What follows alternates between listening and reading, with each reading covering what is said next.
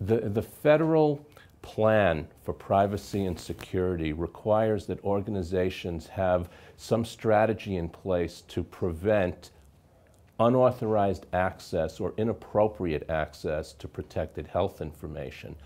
Now, the public generally thinks of that as a layperson getting their hands on somebody's medical record. There has been very little focus on the fact that there could be inappropriate providers seeking that access as well. And this is where the real difficulty comes in, because a provider has two identities. One is his personal identity, who he is, but his second identity is his professional identity, what his credentials are. Now, there are various technologies in place to authenticate his personal identity, whether it's voice recognition or whether it's multi-factor authentication or digital certificates. But the real challenge comes with the professional identity. How can you confirm that? Well, health plans, hospitals only update their provider information every 2 to 3 years. A lot of changes can happen in that time period. As well, in the same medical trading area, a provider might be on staff at multiple hospitals and have conflicting data about himself at each hospital. Which one has the right answer? So how do you put in a policy or some kind of strategy to prevent a provider with expired credentials or somebody who is sanctioned somewhere from getting their hands on protected health information? Well, that leads to some other questions. What if you have a provider who is sanctioned in state number 1, but he has an active license in state number 2? What kind of policy are you going to put in place as to whether or not to authorize his access?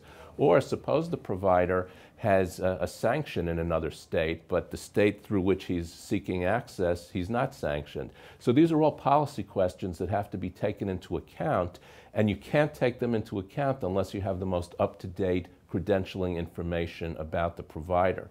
So health market science can help solve this problem because we go out and primary source this information.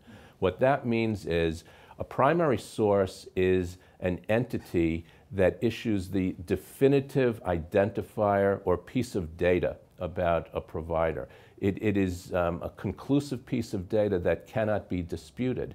So those primary sources include state license boards, the DEA, the Office of the Inspector General for CMS sanctions, the CMS for NPIs, the Social Security Administration for their death file.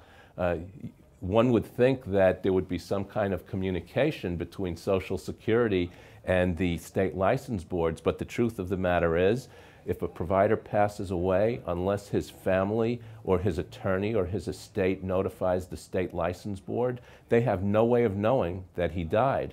That opens things up to fraud, where anyone who's monitoring the obituaries can look up a provider who passed away. It's very easy to look up their NPI, and once you have that information, you can fraudulently bill for services and write prescriptions.